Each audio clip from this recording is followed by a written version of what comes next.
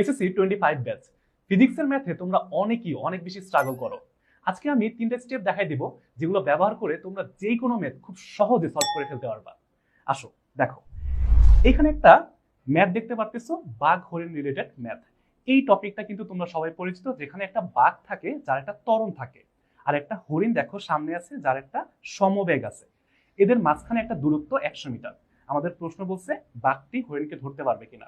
দেখো, এই ম্যাথে মূলত আমরা 3টা স্টেপ ফলো করব। প্রথম স্টেপ হচ্ছে প্রশ্নটা বুঝতে হবে।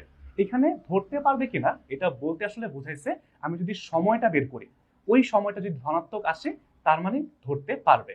দেখো, এটা তুমি বুঝলা প্রশ্নটা। এরপরে তুমি ওই রিলেটেড কি কি সূত্র জানো এই সময় বের করার জন্য। তুমি দেখো, ত্বরণের কি সূত্র জানো দূরত্বের ক্ষেত্রে, তারপর হচ্ছে বেগ, সমবেগে যখন চলে তখন তুমি কোন সূত্র জানো। আচ্ছা, আর লাস্টলি তুমি জাস্ট দেখবা এইখানে এই ম্যাথের জন্য কোন সূত্রটা এখন লাগবে। তো আসো এই ম্যাথটা একটু সলভ করে দেখাই দিই তোমাদেরকে। বাগের ক্ষেত্রে আমরা জানি x = ut + ½ at স্কয়ার, অর্থাৎ ত্বরণে যখন চলে এই সূত্র ব্যবহার করি। সেম সমবেগের ক্ষেত্রে আমরা x = vt, এই সূত্র ব্যবহার করি। এরপরে একটা দেখো আমরা ইকুয়েশন বানাইছি, যেটার শেষে আমরা একটা সময়ের মান পাবো। সময়ের মান প্লাস আসলে ধরতে পারবে, আর মাইনাস আসলে পারবে না। এখন তোমরাই আমাকে কমেন্ট সেকশনে জানাও বাঘ কি হরিণটিকে ধরতে পারলো কিনা। তোমার প্রস্তুতি যেমনই হোক, কাঙ্ক্ষিত A+ নিশ্চিত করতে ভর্তি হয়ে যাও এসএসসি 25